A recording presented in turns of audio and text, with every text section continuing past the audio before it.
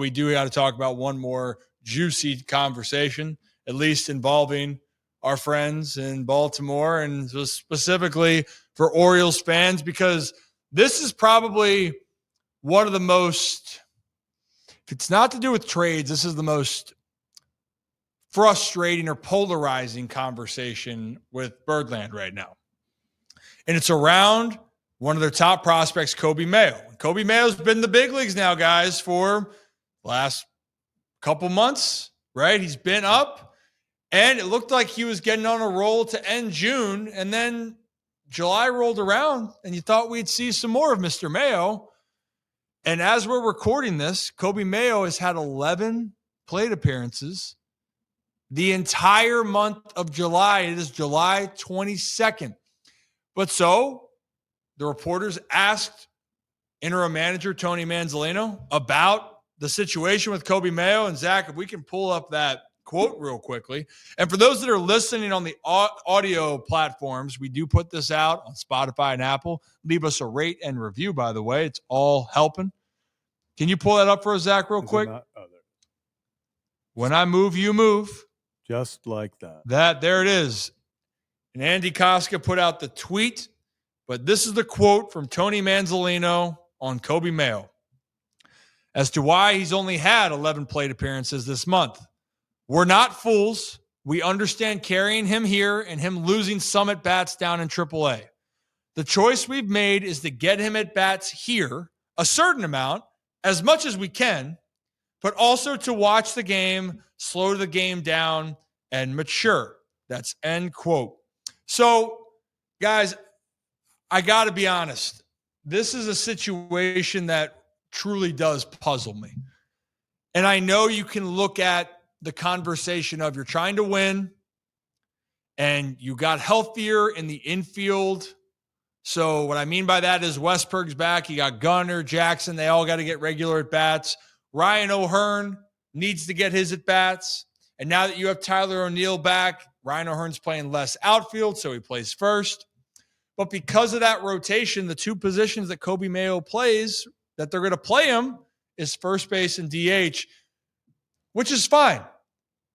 But you know what I can't seem to understand is the reason why we thought Coby was not playing before being brought up was a certain other first baseman that was in Baltimore, a right-handed bat who I still love as a hitter, who I know has had struggles, but he's been hurt now too.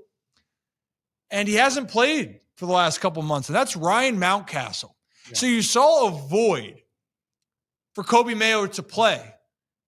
And I'm going to pull up the stats here in a second on Coby as he got going during that stretch where he hit over 300, where it seemed like he was putting things together. And then they just iced him out. And I can't agree with the quote there. I can understand of maturing and understanding, but you know how you figure out if you can hit in the big leagues? You hit in the big leagues.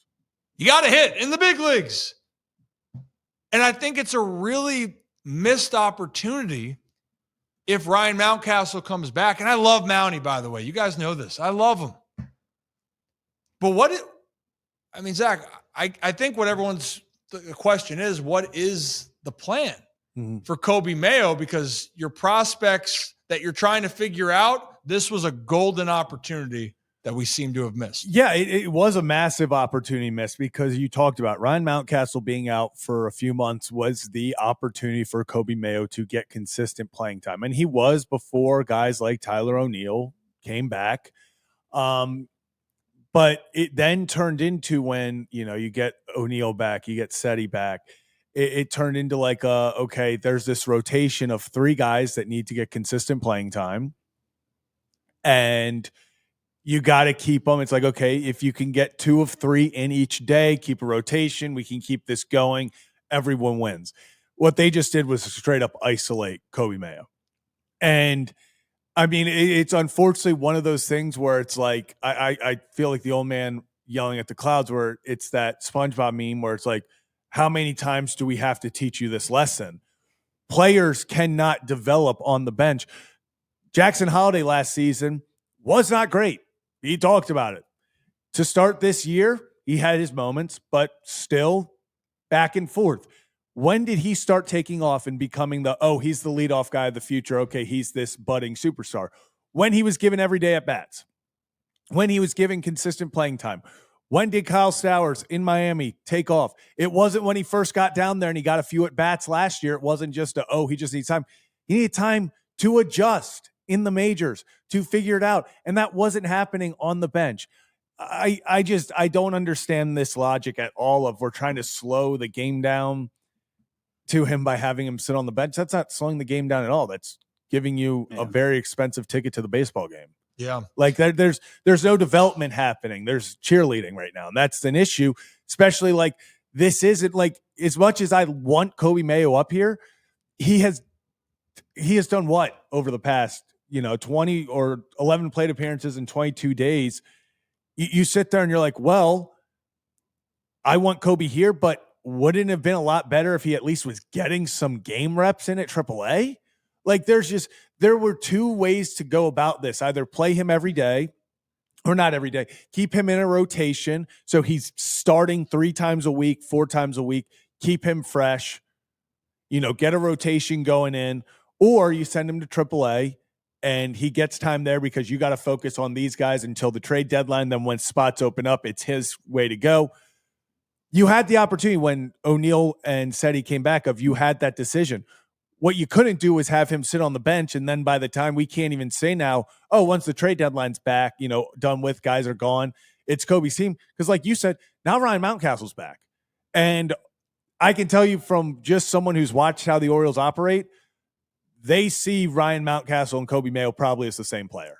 And it's a right-handed first baseman. And I don't know if they're going to be giving Coby Mayo consistent playing time once Ryan Mountcastle's back. I think it's Ryan Mountcastle's job at first base, which nothing against Ryan Mountcastle, but when you're talking about the development of a young player, that feels like the opportunity missed because Ryan Mountcastle has earned that when he's healthy, he can play like we see when Ryan Mountcastle's hot, he can carry an offense. He's a damn good player, but the opportunity missed was this time when he was out and you were finally like, okay, we can see what Coby Mayo can do. And he was doing it. He finally was getting comfortable. Like this wasn't like he was batting .09 in his final games. He was getting comfortable. He was looking like Coby Mayo we thought we were going to get. And so that's where it's frustrating. Yeah, let me pull up the stats here, at least over those last X amount of games, just to give you guys the context, right? So this is that stretch right before July. Coby played 4 consecutive games, 4 consecutive days with a hit. So 4-game hitting streak. Do the math right there. That's 5 for 13, right? Is that my math right there? Yeah. 5 for 13. It's good. It's building confidence, right? And then I think that the crazy thing for me is only 3 starts in the month of July. And Kevin, it goes back to this bigger conversation of how you're going to develop guys that you want to go out there and play. And this is the dilemma I know that the Orioles face, is that they feel like in the moment you owe it to the team that you have to go out there to try to win games. But also my theory is when you have really good prospects, I think that they have the potential to be great players for what you want. And I do think that they are good prospects. But my point is when you draft well and you have guys that are ranked highly, the only way to see if your theory's right or wrong is you got to commit to them or you got to ship them. Right, Kev? Yep. And so for Coby, this could be a plan that they make moves. Mountie could get moved, right? And they decide that Coby, okay, you're going to play after the fact and he'll get some ABs. But I think when you have a guy go through it in the moment and he gains confidence in moments of adversity and the Orioles are trying to scratch and claw back, I'd argue that's almost even more valuable because you want him to face a little bit of pressure. And he hasn't. We're dealing with the what if of the Orioles losing some of these games. You're living with the what if of, well, could Coby Mayo have made an impact in this game that could have made a difference? He might have not. But then again, Kev, he might have. And I think that's what fans just want to see. And you know what's the recency bias? Who's the one player in Miami? Kyle Stowers. That they're worried that the next great prospect or next great all-star out there is going to end up being in a uniform with a different team. Yeah. So, I mean, Kev, I think we're all aligned with this. I think it's got to get answers on what Coby Mayo is going to be.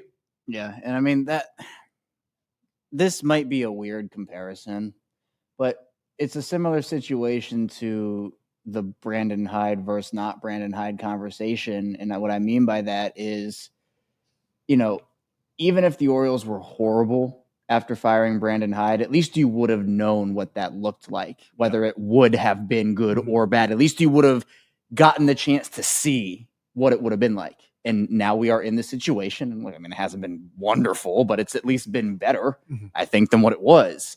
And so to me, I make the comparison because with Coby, kind of like what you guys were talking about, I want to see what it is. Like, I want to see, because it might not work. Like you said, like it might be Coby's not a guy, but at the same time, he earned an opportunity, in my opinion. And I know, and everybody else here, his opinion as well, is that same thing. It's not like Coby was struggling from the plate before he got benched. He was finally turning it around. And it's something I know Zach and I talk about all the time on the post game. And, I thought it was going to be different because of Tony Mansolino's comments about Jackson Holliday in particular, but about getting these guys regular at bats. And I get Jackson it's a different conversation, but at the same time, it's kind of similar where, I get you're trying to win games, but you can't tell me that Tyler O'Neill gives them a better chance to win a game right now than Coby Mayo does, or some of these other guys. And I understand it's tough trying to get everybody at bats and trying to keep everybody happy. I don't think Coby Mayo's happy right now with how this is going. Like, if I had to guess. Oh no, he's definitely not happy. And he shouldn't be, because of how he performed. And you finally think you're turning that corner. And part of Mountcastle being down is the fact that you don't have anybody looking. You're not looking over your shoulder and being like, man, if I mess up, Mounty's just going to take the spot back and play. And Coby, I think, was finally playing freely, like we've talked about. And then that gets taken away from him again. And what did he do to deserve it? He's probably sitting there thinking, man, what do I have to do to get regular at-bats in this organization? And even when everything breaks his way, and, you never wish injuries on anybody, of course. Like, I wish Mounty was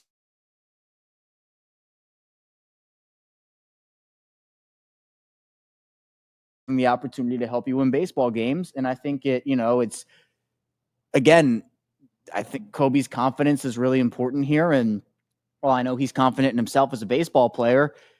How much confidence does he have that the organization has confidence in him? That's a big part right there. Because what was the big thing that Kyle Stowers said down in Miami during this bender right now? He goes, I really thank the front office, the coaches, that they had faith in me, especially after he came over and hit a $186 or whatever he did for 51 games, and then was having an awful spring training. And they brought to him, they say, hey, like, let's talk about this.